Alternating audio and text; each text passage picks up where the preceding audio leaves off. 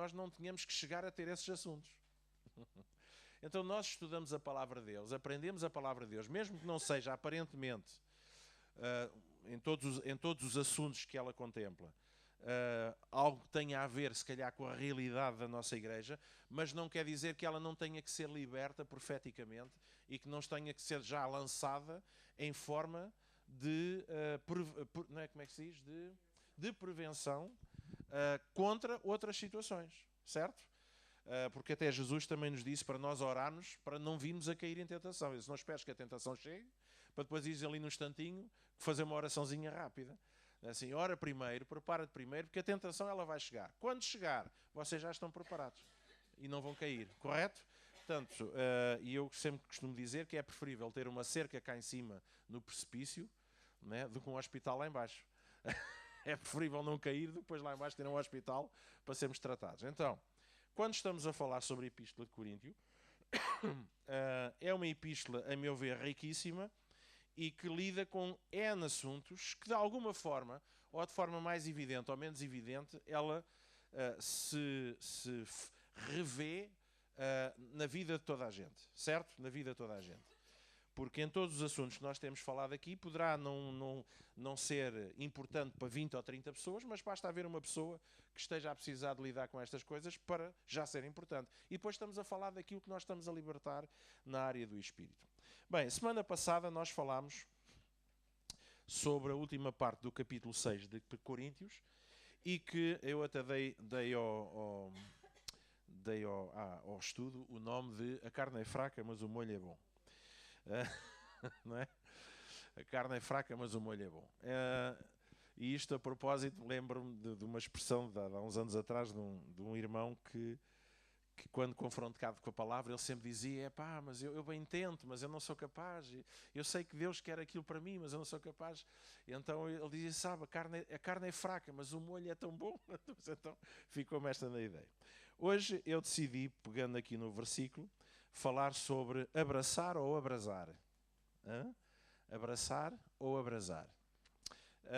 E este capítulo 7, à semelhança do capítulo 6, e no capítulo 6 nós fizemos duas reflexões, lidam com a questão do corpo. E a questão do corpo, e eu domingo vou falar sobre a questão do corpo, que eu acho que é bom a gente falarmos sobre o nosso corpinho, Danone. A questão do corpo é extremamente importante, mas quando nós lemos aqui aquilo que Paulo fala, parece-nos que ele apenas está a falar de imoralidade, apenas de promiscuidade ou prostituição, aquelas coisas todas são os assuntos que a igreja adora, este tipo de assuntos, quando toca a cascar na vida dos outros. Mas, na verdade, aquilo que Paulo está a falar, ele está a falar muito mais sobre a importância que o nosso corpo tem nos propósitos de Deus e no reino de Deus, do que simplesmente a falar sobre o mau uso do corpo. Nós ficamos apenas no mau uso do corpo. Mas depois aquilo que Paulo usa para argumentar acerca da importância do nosso corpo na nossa vivência diária é muito mais extenso, muito mais profundo do que simplesmente questões de ordem sexual ou sensual.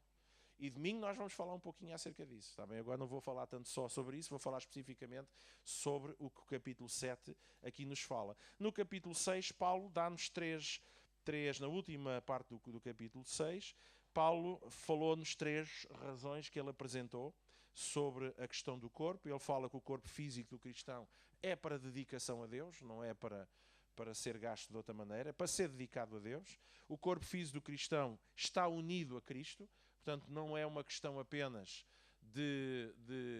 para Deus o que importa é o espírito, a nossa alma, aquilo que acontece com o nosso corpo, Deus não quer saber nada. Na verdade não é isso que Paulo diz que tanto o nosso corpo como alma e espírito pertencem ao Senhor. Tudo fez parte do kit, Deus comprou. Da mesma forma, às vezes, esta mesma mentalidade se transmite para a relação, às vezes, das pessoas com a igreja. Porque há muitas pessoas que também querem amar o Senhor, mas não querem nada com o corpo. Certo? Eu amo muito a cabeça, mas não quero da pescoço para baixo, não quero nada com as pessoas. Não é? E a gente, quando se casa, não é? E o padre, na maior parte da malta, casou na católica, ou o pastor, não é? Então aceita a sua esposa, aceita só da cabeça para baixo, da cabeça para cima, portanto, do corpo. Ninguém diz isso. Portanto, a gente, quando aceita a cabeça, aceita o corpo também. Isto não é como o Jaco Estripador que diz vamos lá por partes. Não é? Não é? Portanto, a questão aqui é, nós não podemos separar o nosso corpo daquilo que é quem nós somos. E se aquilo que eu sou no meu espírito e que depois tem a característica que me define, que é a minha alma, e é importante para Deus, também é importante o meu corpo. Lógico, o meu corpo um dia vai para a terra, mas a Bíblia também diz que esse mesmo corpo será transformado num corpo glorioso. Portanto, não deixa de haver um corpo, e esse corpo trará consigo as mesmas características que tinha de quando era um ser humano normal, um corpo carnal, certo? E falámos acerca do facto de que Jesus, quando ressuscitou, as pessoas conheceram. Só houve algumas que não o conheceram porque não sequer faziam ideia de que Jesus tivesse visto. Se calhar pensaram, aqueles discípulos lá na praia a comer peixe com Jesus, disseram, este homem é mesmo parecido com Jesus. Mas diz que só o conheceram verdadeiramente quando Jesus manifestou aquilo que ele habitualmente fazia, o abençoar, o partir do pão, a oração e tal, e foi aí que eles então finalmente lhes fez luz. Bem, nós quando ressuscitarmos, sempre vai haver um corpo.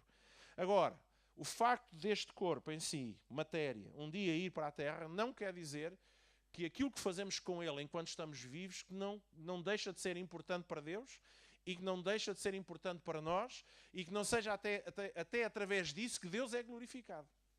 Certo? Porque Jesus não disse, ide com o vosso espírito por todo o mundo pregar o Evangelho. E a gente vai pelas ruas e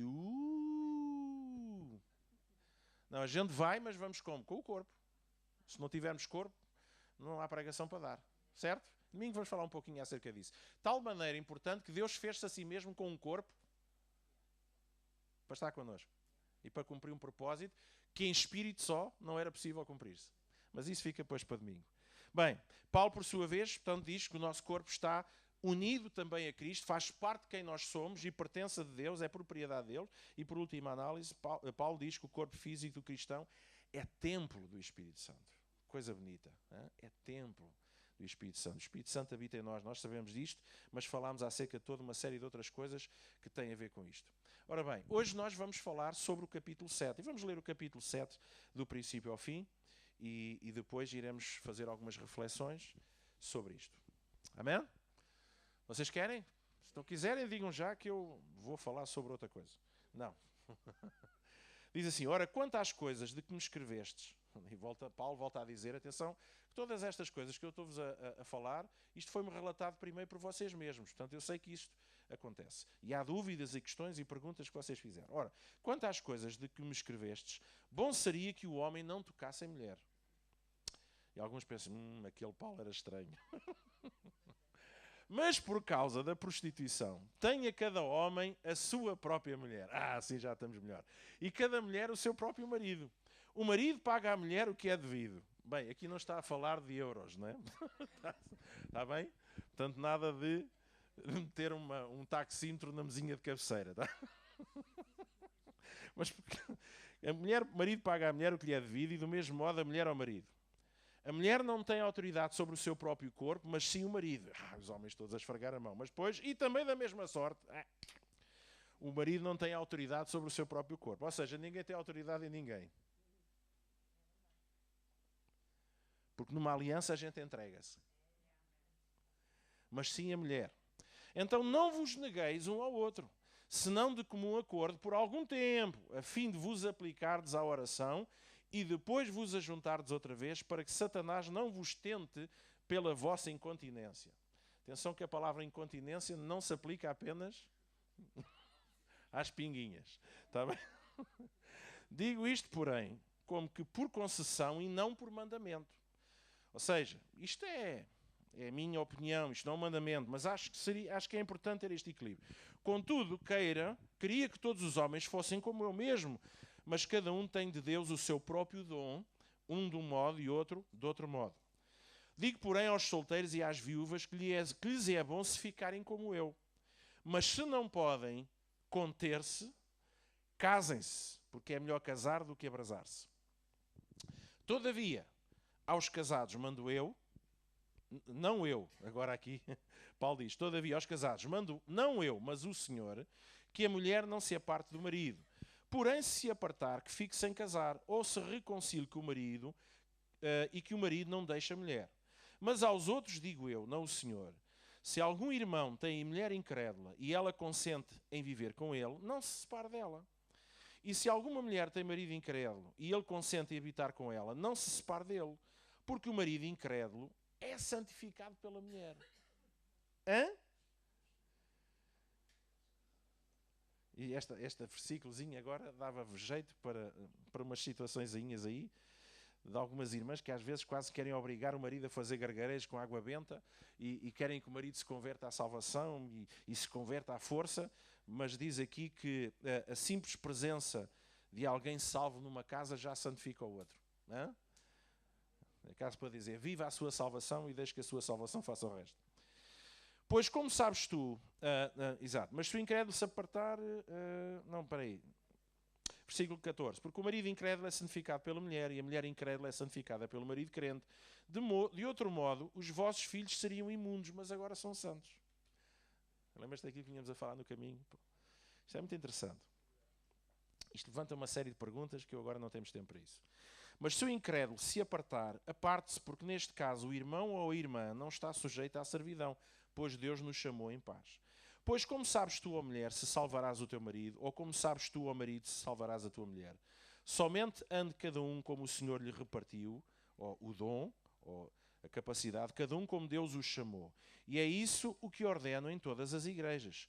Foi chamado alguém estando circuncidado, permaneça assim. Foi alguém chamado na incircuncisão, não precisa se circuncidar. A circuncisão nada é, e também a incircuncisão nada é, mas sim as observâncias dos mandamentos de Deus. Cada um fique no estado em que foi chamado. Foste chamado sendo escravo, então não te dê cuidado, mas se ainda podes tornar-te livre, aproveita a oportunidade. Pois aquele que foi chamado no Senhor, mesmo sendo escravo, é um liberto do Senhor. E assim também o que foi chamado sendo livre, escravo é de Cristo. Por preço fostes comprados, mas vos façais escravos de homens. Irmãos, cada um fique diante de Deus no estado em que foi chamado. E isto a gente mais daqui um bocadinho já vamos perceber o que é que Paulo está a dizer com tudo isto. Ora, quanto às virgens, repare que Paulo fala aqui para várias situações. Né? Agora é quanto às virgens. Antes tinha sido aos jovens. Depois são vários temas que Paulo aqui está a defender, mas tudo dentro da mesma linha. Ora, quanto às virgens, eu não tenho mandamento do Senhor. E Paulo aqui, dou porém o meu parecer. Paulo era um homem que gostava muito. E é muito interessante quando nós lemos a Bíblia, quando percebemos quando é mandamento de Deus e quando é opinião ou postura de quem está a escrever. Paulo, por mais que uma vez aqui, ele refere, isto é aquilo que eu ordeno, isto não é um mandamento meu, mas este é mesmo do Senhor, e aqui até Deus nem me deu mandamento nenhum. Isto é mesmo a minha opinião. Dou, porém, o meu parecer, como quem tem alcançado misericórdia do Senhor para ser fiel. Acho, pois, que é bom, por causa da instante necessidade, que a pessoa fique como está. Estás ligado à mulher, não procures separação. Estás livre de mulher, não procures casamento. Mas se te casares, não pecaste. E se a virgem se casar, não pecou. Todavia estes padecerão tribulação na carne, e eu quisera poupar-vos. Isto parece um discurso complicado, mas isto é tão simples que eu já vos vou dizer. Isto, porém, vos digo, irmãos, que o tempo se abrevia, pelo que doravante os que têm mulheres sejam como se não a tivessem. Os que choram como se não chorassem, os que folgam como se não folgassem, os que compram como se não possuíssem, e os que usam deste mundo como se dele não usassem absoluto, porque a aparência deste mundo passa. Pois quero que estejais livres de cuidado. Ora, quem não é casado cuida das coisas do Senhor, em como há de agradar ao Senhor. Mas quem é casado cuida das coisas do mundo, em como há de agradar a sua mulher. E ele está dividido. A mulher não casada e a virgem cuidam das coisas do Senhor para serem santas, tanto no corpo como no espírito. A casada, porém, cuida das coisas do mundo, em como há de agradar ao marido. E digo isto para proveito vosso. Repare que ele diz, isto não é mandamento do Senhor. Isto é a minha opinião. E digo isto para proveito vosso, não para vos enredar, mas para o que é decente e a fim de poderes dedicar-vos ao Senhor sem distração alguma. Reparem que Paulo baseia-se muito nisto. Eu pessoalmente gostaria que fossem todos como eu. Como é que era Paulo? Paulo dedicou a sua vida para servir a Deus. Portanto, ele não tinha mulher, não tinha família, andava por todo lado, era livre para servir a Deus. E ele diz, eu gostava que assim fosse. E na sua perspectiva, ele acaba por dizer e desencorajar as pessoas a casarem. E desencorajar, se for possível, era bom que todos ficassem como eu. Mas, se não podes mesmo, mais vale casares do que te abrasares. Mas preferia mesmo é que toda a gente ficasse como eu. E ele depois, mais à frente, vamos ver o que é que ele diz acerca disto. Versículo 36. Ora, se alguém Mas se alguém julgar que lhe é desairoso conservar solteira a sua filha donzela, se ela estiver passando da idade de se casar, e se for necessário, faça o que quiser, não peca, casem-se. Todavia, aquele que está firme em seu coração, não tendo necessidade, mas tendo domínio sobre a sua própria vontade, se resolver no seu coração guardar virgem a sua filha, fará bem. De modo que aquele que dá em casamento a sua filha donzela faz bem, mas o que não a der, fará melhor, porque essa é a sua opinião, claro. A mulher está ligada enquanto o marido vive, mas se falecer o marido, fica livre para casar com quem quiser, contando que seja no Senhor. Será, porém, mais feliz se permanecer como está. E eu volto a dizer, esta era a opinião de Paulo. Paulo está sempre a meter a unha. Ele dá o se quiserem, podem. Mas eu acho mesmo é que era bom estar quieto. Fiquem sozinhos, fiquem como. Podem casar. Mas se fosse possível, façam como eu. Portanto, esta é uma opinião muito própria de Paulo. Não é uma doutrina, não é um mandamento de Deus. É aquilo que Paulo acha que seria preferível. Eu, se possível, gostaria que fossem todos como eu. Será, porém, mais feliz se permanecer como está. Segundo o meu parecer. E eu penso que também tem o Espírito de Deus. Ou seja, portanto, o Espírito de Deus também não discorda muito comigo. Eu não estou a dizer que isto é de Deus, isto é o meu parecer. Mas pronto, o Espírito Santo também não discorda, não é? Não discorda.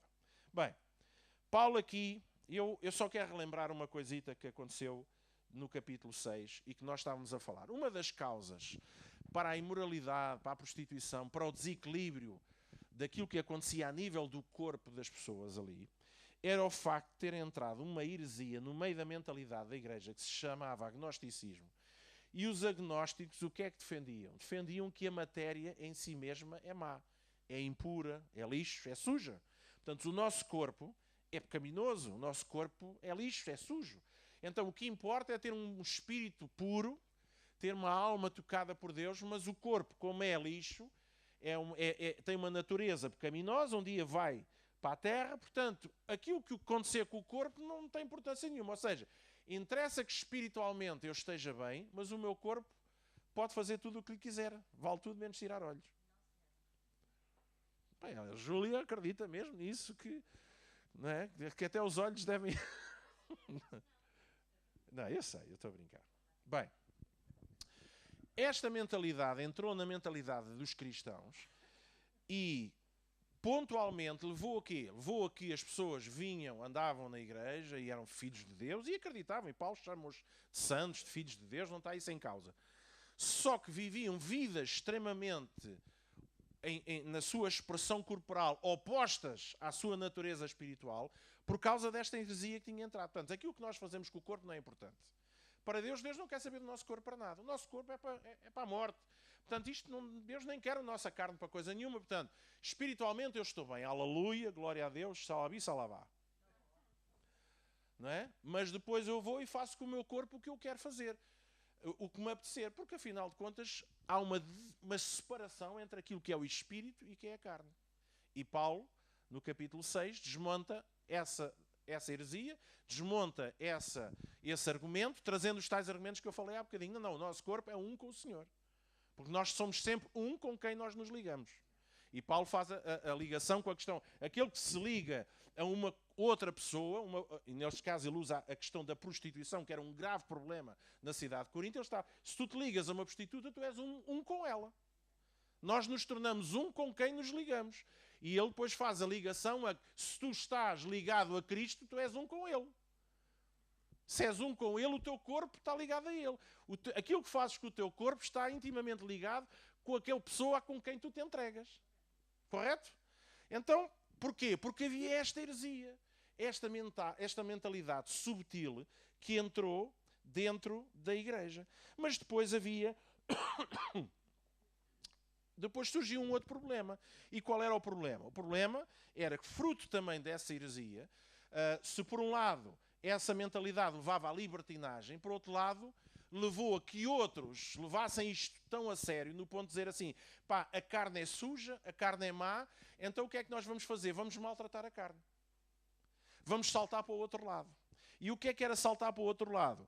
Era, inclusive, os próprios casais da igreja, ou as pessoas que se convertiam, achavam que, porque agora eram salvos, e tudo o que tinha a ver com a matéria era impuro, enquanto os outros davam lugar à carne, eles cortavam a carne para a raiz. Então, os próprios casais deixavam de ter intimidade no seu lar, deixavam de ter relação física no seu lar. Porquê? Porque as pessoas, agora sou salvo, já não posso ter mais relações sexuais com a minha mulher.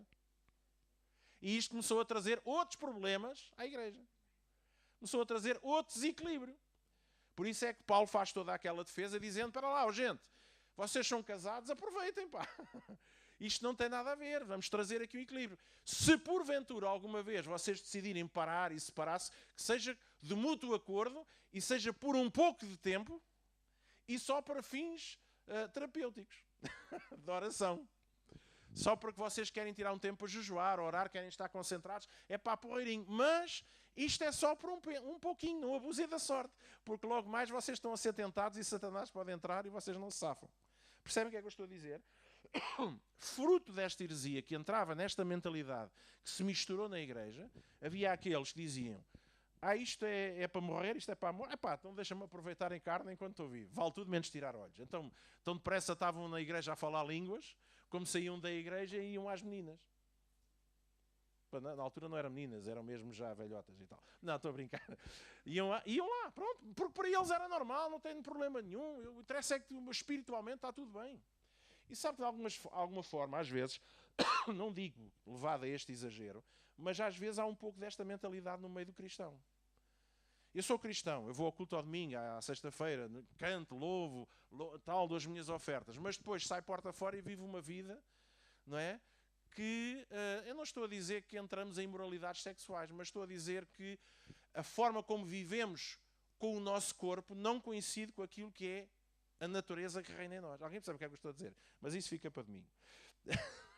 Então, Paulo começa a falar acerca do facto de que este comportamento ascético, quer dizer, de privação, de uma busca de uma pureza que era levada a um exagero, em que se no capítulo 6 fala, dava-se lugar à carne e à libertinagem, no capítulo 7 era ao contrário, não há carne para ninguém.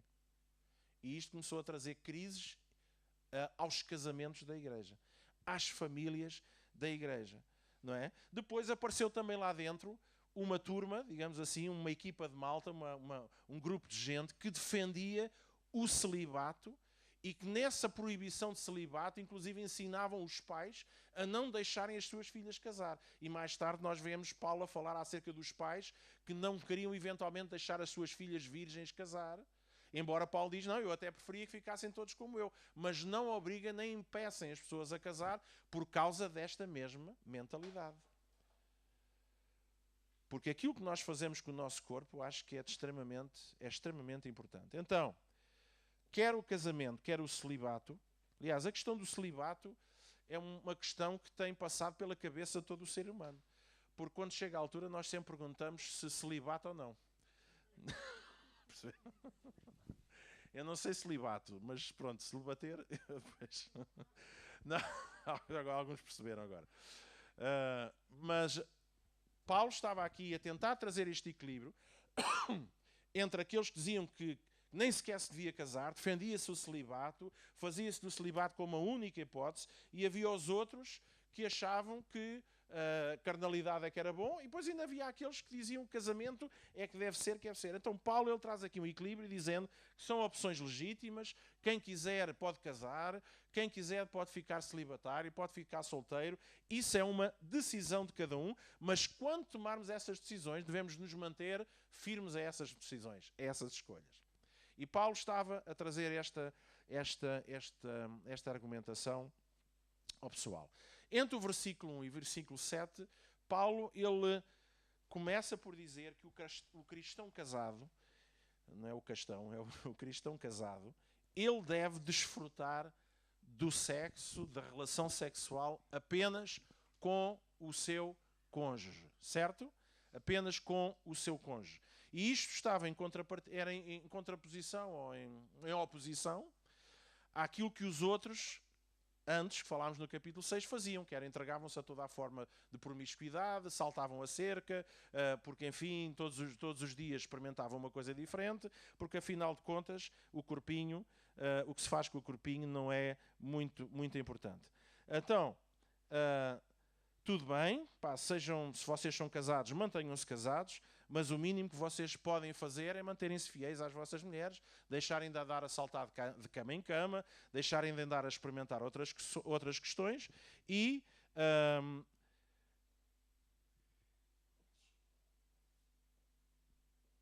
porque se a matéria não presta, se o corpo não presta, então o sexo também não.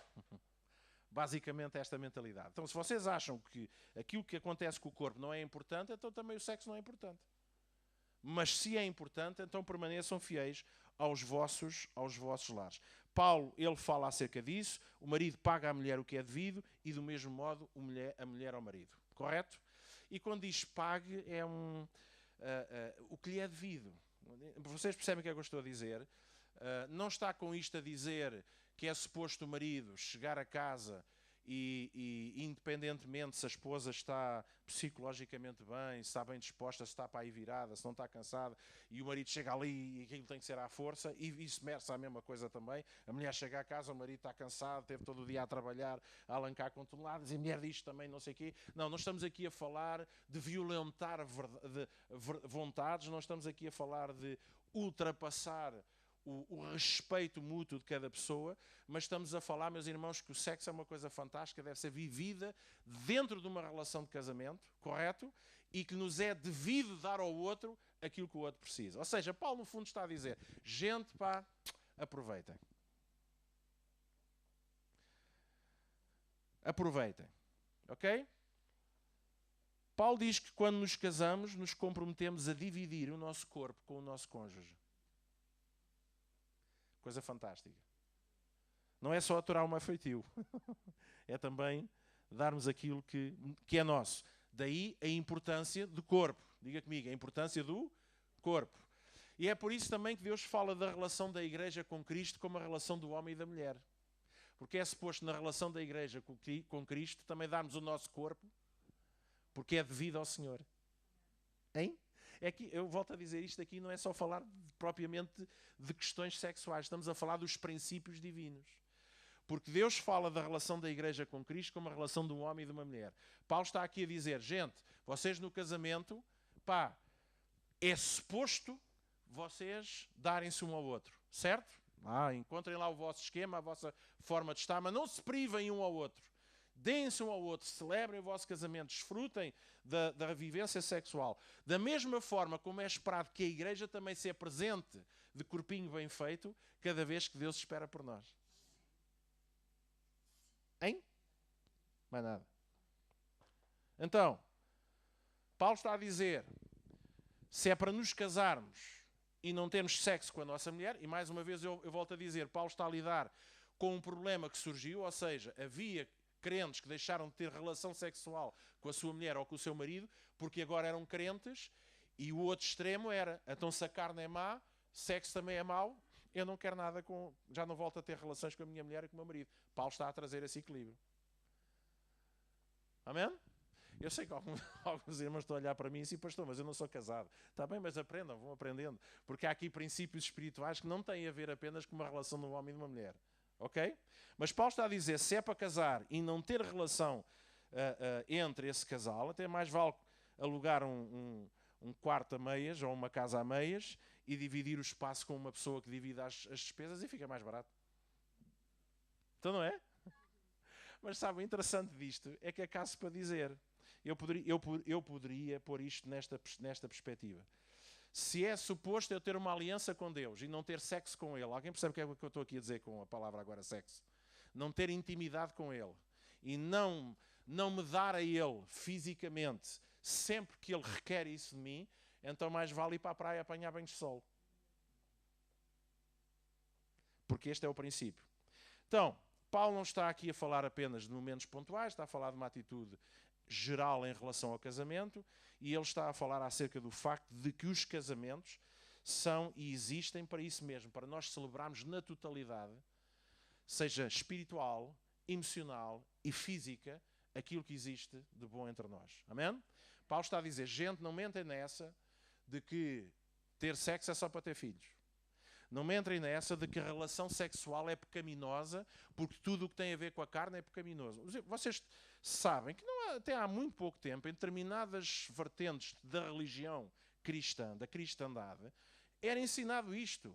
Ter relação sexual no casamento é só para ter filhos. Acabou, não há mais filhos para fazer, acabou. Não há muito tempo atrás, ter relação sexual era suposto não tirar dali qualquer prazer. Porque aquilo era uma função meramente reprodutiva. Alguém percebe o que é que eu estou a dizer? Porquê? Por causa das mentalidades que muitas vezes, deturpadas no cristianismo, surgiram destas influências. Paulo está a dizer, gente, se calhar é por isso que há aí tantos crentes que não conseguem desfrutar da alegria do Senhor. Por favor, vão para casa e acendam-me esse fogo. Metam as brasas, certo? Metam lá umas brasinhas, comecem a acender o fogo, mas reacendam esse fogo no vosso casamento, reacendam esse fogo. E está a falar para os casados, ele depois já lá chega também para os solteiros, está bem? Ele está precisamente a dizer aos solteiros, vocês não acendam nada, hein? Vocês não acendem nada. Se é para acender, então casem. Percebem? Portanto, Paulo está aqui por partes, não é? Ele fala para os casados, fala para os solteiros, depois fala para as virgens e para os pais das virgens, coitadas, que não as queriam deixar casar. Certo? Então, Paulo, ele traz esta recomendação de que o cristão deve desfrutar da sua vida com a sua mulher. Não há cá ideias malucas a pretexto de princípios espirituais, dizendo, não, o que importa mesmo é a oração. Olha, os irmãos sabem que orar é importante. E é importante orar sem cessar. Mas ao menos façam um intervalozinho para ir ter com a mulher e ir ter com o marido. Isso é sem cessar, mas façam um intervalozinho, pá, senão... Ouça, isto é tão importante. O Paulo traz aqui, eu acho interessante que o Paulo, apesar de ser um solteiro, não é? E um celibatário ferrenho, porque ele até defende a sua posição e diz que até era bom que fosse assim, por várias razões, ele está a dizer isto, não pá, malta, não se percam nessas maluqueiras, não venham cá com a treta de que porque precisam de gastar tempo em oração, deixam o vosso casamento em suspenso.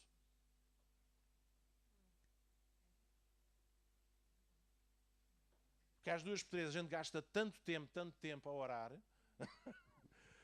não é que o cônjuge não é, vai evangelizar para o outro lado, vai converter alguém, não é? E a gente fruto de tanta oração daquele lado, outro, não é? E às duas por três está a esposa ou o marido ou o filho. Olha que jejum é teu, não é meu. És tu que fazes jejum, não é os dois. E Paulo está aqui a dizer que, e quando eu digo da oração, Paulo está a dizer, orar é importante ou não é? Sem dúvida. Buscar a Deus é importante, é ou não é? É. Tirar tempo para buscar a Deus, para procurar a Deus, isso é importante. Mas não pode ser tão importante, não é mais importante do que aquilo que o tempo que nós tiramos e o que nós dedicamos no investido no nosso casamento. E na área física, aqui mais concretamente, porque é disto que se está a falar. Certo? Portanto, imaginem o que é uma igreja com este tipo de mentalidades. Temos um grupo de gente que passa a vida a fazer tudo, né? Fala tudo menos tirar olhos. Temos um grupo de gente, porque agora são cristãos, mas veem a coisa ao contrário, não veem, não, se isto é mau, eu não vou dar lugar à carne, pelo contrário, eu vou cortar tudo. Então, eu sou casado e deixo de ir agora à minha mulher, e imagine aqui, a Mané converte-se ao Senhor, aceita Jesus no seu coração, e adquire esta mentalidade. Ela chega à casa, ao esposo, que não é crente, e diz assim, olha, filho, a partir de hoje, acabou-se a brincadeira. Porque eu agora sou cristã, eu não posso... Os irmãos estão a ver o impacto da coisa na sociedade? Estão a ver o resultado que isso... E olha que... Não direi que hoje acontece aí muito, mas lembro de há uns bons anos atrás em que havia muita gente que se viu nestas salganhadas. Mas depois ora-se para que a pessoa seja salva. Não é? Então, imagina a cegada que havia. Havia estas situações, haviam casais que estavam quase a separar, haviam casais que um se tinha convertido e o outro não se tinha convertido, e por causa desta mentalidade disseram assim, não, agora eu sou cristão ou sou crente, não há nada para ninguém, certo? E havia este grupo de pessoas que inclusive defendiam a separação das pessoas, e depois havia este grupo mais espiritual que achava que orando muito era o caminho. Paulo diz, gente, nada de interromper a vossa vida sexual, apenas para se dedicar à oração, e é por um pouco de tempo. Diga comigo, um pouco de tempo. Ele não está a dizer para a gente deixar de orar. Está bem? Ele está a dizer é que ore, mas não é? Continue a aproveitar a sua vida. Então, quando as prioridades estão em jogo, e há determinadas prioridades, nós temos que optar por aquelas que são mais importantes. Em segundo lugar, Paulo, ele, entre o versículo 10 e o versículo 24, e nós lemos aqui várias passagens, Paulo fala-nos que o cristão casado ele deve se esforçar para quê? Para que o seu casamento resulte num sucesso. E Paulo fala acerca disto precisamente por causa dessas situações em que estava a haver um aumento brutal das separações dentro da igreja. Paulo aqui, ele corrige esta gente, dizendo a mulher não ser parte do marido, o marido não deixa a mulher. A recomendação de Paulo é que os casamentos não se devem acabar. Há aqui situações também neste momento em que, fruto disto, havia gente incrédula que já não queria continuar casados com alguém que se tinha convertido, fruto desses tais problemas, dessas mentalidades. E às vezes o inverso, era o próprio crente que dizia assim, não, eu não posso continuar casado com uma pessoa ímpia. E Paulo está aqui a dizer, e está aqui a defender, a par da relação sexual, que o cristão casado, e sobretudo agora cristão, filho de Deus, nascido de novo, deve se esforçar ao máximo para que o seu casamento seja um sucesso. Paulo não defende a separação porque havia este grupo de pessoas que já defendiam assim, não há sexo para ninguém e o melhor mesmo é, vamos separar, as famílias separam-se. Paulo diz, nem pensem nisso. Isso é uma mentalidade errada. E deixem-me dizer que continua hoje ainda a ver-se em muitos sítios e em muitas mentalidades no seio cristão esta mentalidade. Porque o meu marido não é crente, a minha mulher não é crente, não partilha das minhas convicções como eu, que eu tenho, então, e às vezes até há alguns conflitos, eu entendo, e às vezes até são conflitos, às vezes complicados. E aqui acho que há casos e casos. Nós temos que perceber que há casos e casos. Agora, o que Paulo está aqui a defender é que até à última instância nós devemos trabalhar para que os casamentos sejam bem-sucedidos. E Paulo aqui entra por dizer aquilo que nós lemos há bocado. É de que a parte não santa é santificada por quem é santo. Eu vinha no carro a falar com o Fabiano e vinha a dizer, há perguntas que eu gosto de fazer quando a gente se defronta com a palavra de Deus. Quando a Bíblia diz, crê no Senhor Jesus Cristo, serás salvo tu e a tua casa, o que é que nós pensamos acerca disso? Salvamos da troika, a casa, portanto mantém-se o apartamento, não o perdemos. É isso? Claro, nós pegamos neste versículo e nesta promessa e pensamos para nós, e é válido pensarmos, que a promessa de Deus é que se eu crer, não é uma promessa de Deus para mim que a minha casa será salva, certo? Pronto. E que efetivamente nós iremos ver a nossa família, a nossa mulher, o nosso esposo, os nossos filhos, eventualmente até os outros parentes, a se converterem, a aceitarem Jesus no seu coração e a vê-los connosco na casa de Deus. Mas será que é só isso que este versículo diz? Eu não estou a dizer que é, mas eu fiz essa pergunta no carro ao Fabiano e vínhamos a falar acerca disso. Se a Bíblia diz que a parte não santificada, e Paulo estava a falar precisamente por causa disso, aqueles que agora eram crentes, mas tinham cônjuges que não eram. Se a parte que é santa acaba a sua santidade por santificar a sua família, inclusive, Paulo diz, senão os vossos filhos serão imundos, significa que a simples parte de um cristão, de um filho de Deus, de um nascido de novo, num lar, a sua influência espiritual, eu estou a fazer uma pergunta, será que cobre a vida da sua família? Eu não quero que me digam nada. Pensem para vocês. Pensem para vocês.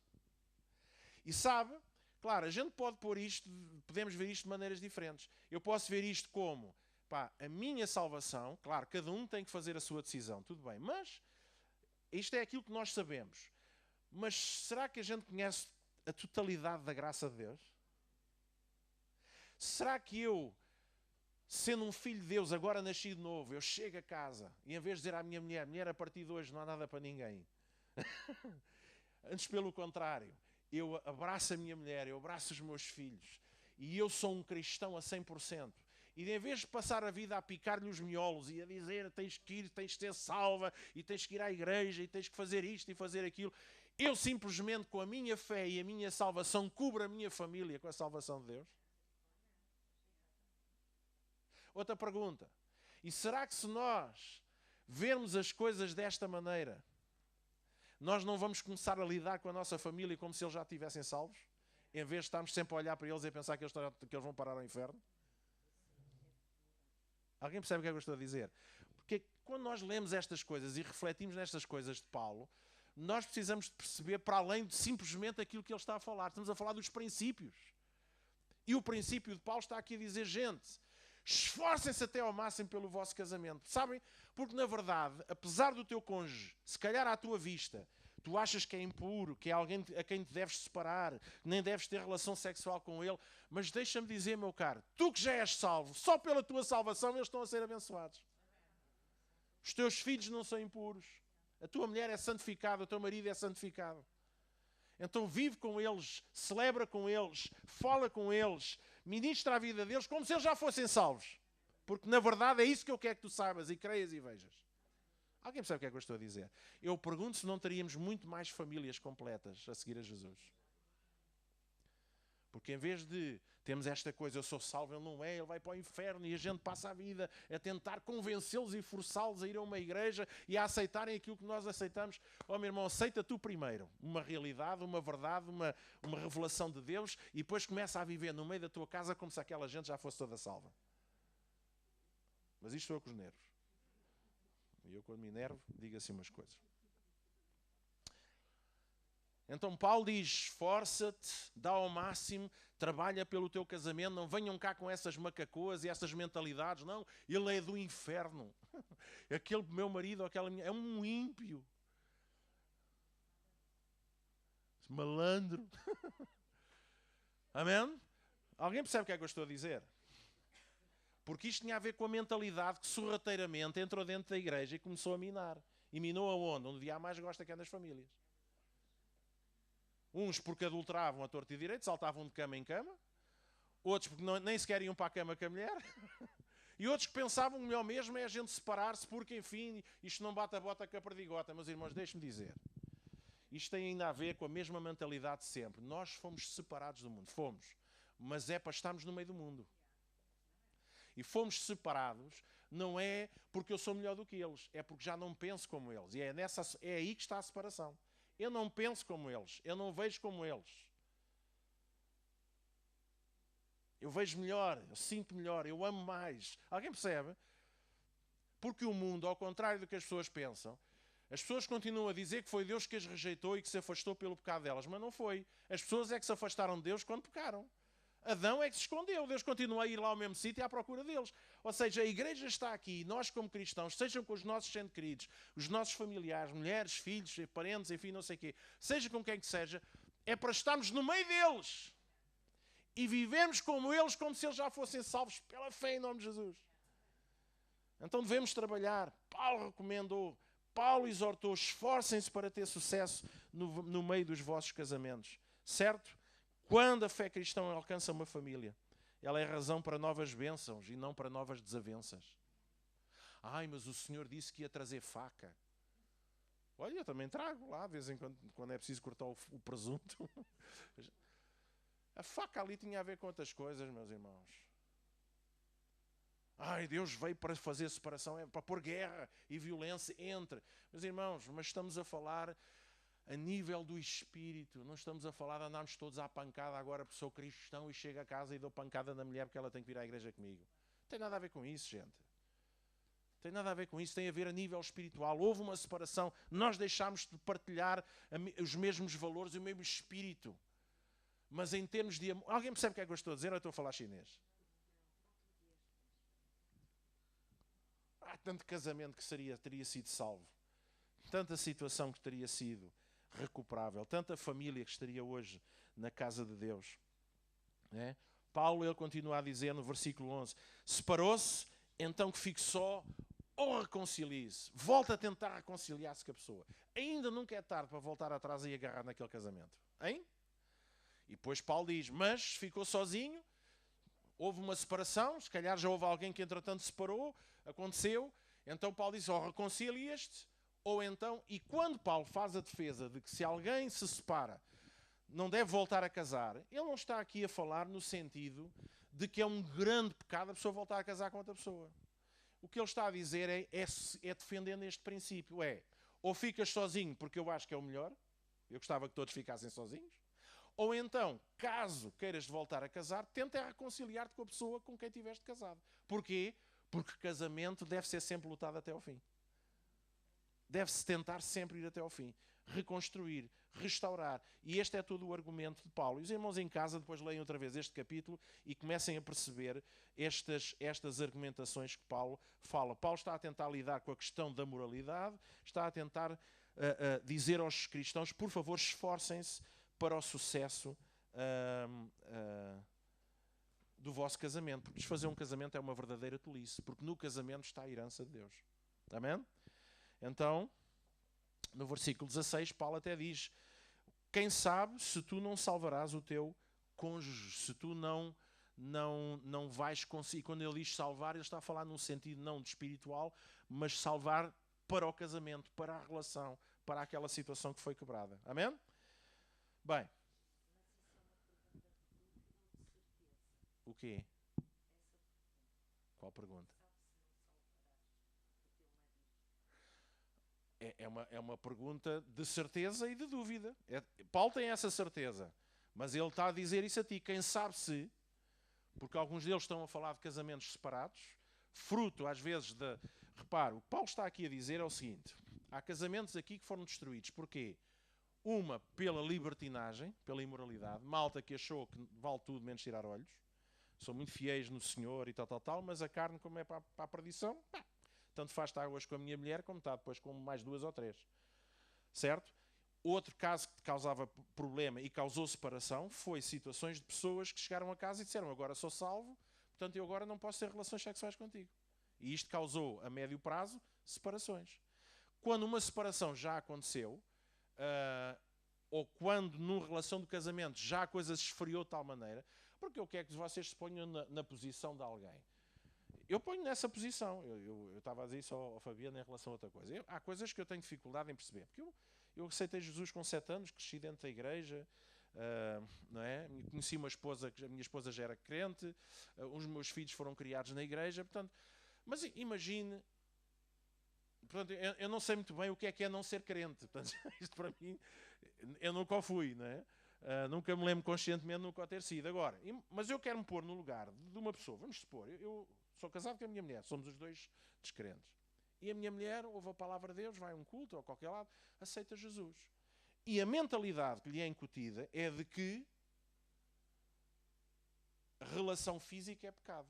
A minha mulher chega à casa e diz assim, olha filho, a partir de hoje não há nada para ninguém. E defende isso com base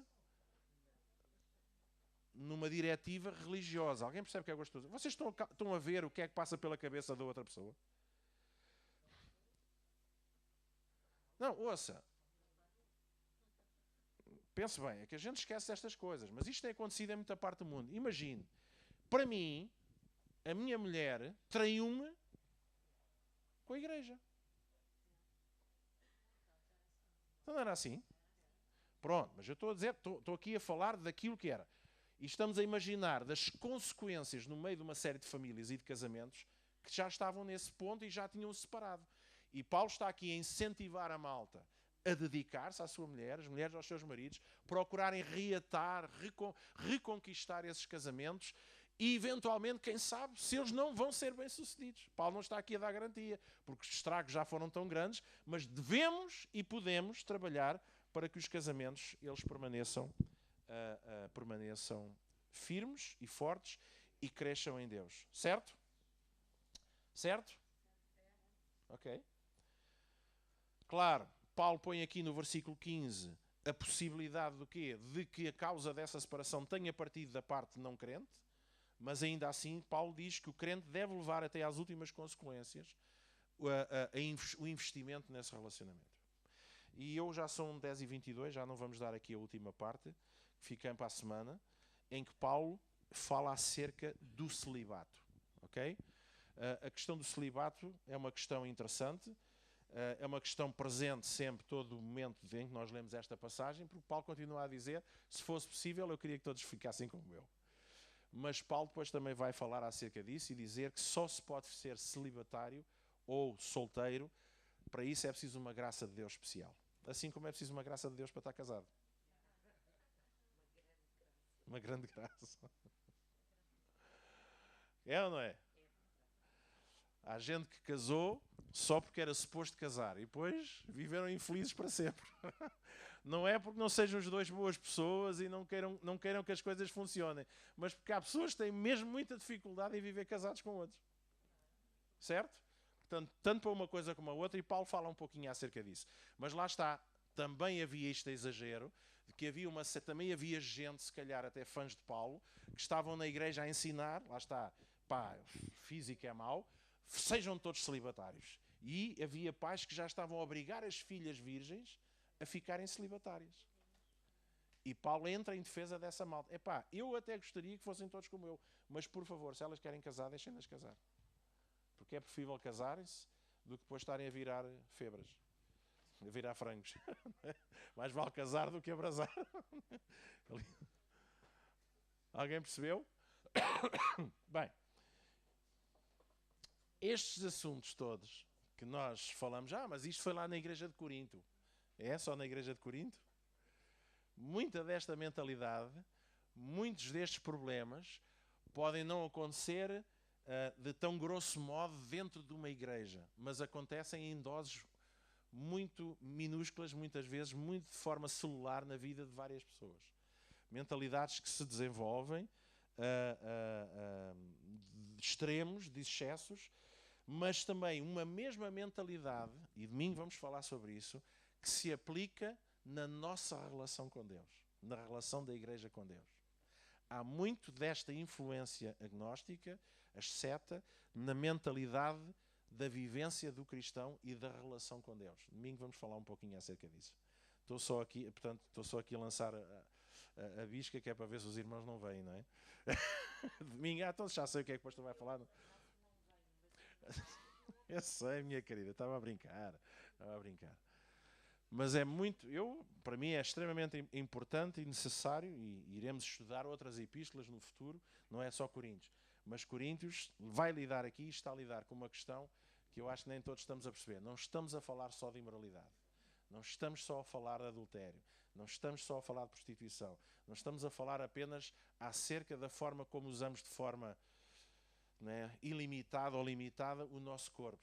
Tudo isto reflete uma mentalidade, e essa mentalidade reflete-se também na nossa relação com Deus. E Paulo está a dizer isto ali. Amém? E na nossa relação com Deus. Sem dúvida. Sem dúvida. Ok, gente? Olha, é pouquinho, mas é de boa vontade. Portanto,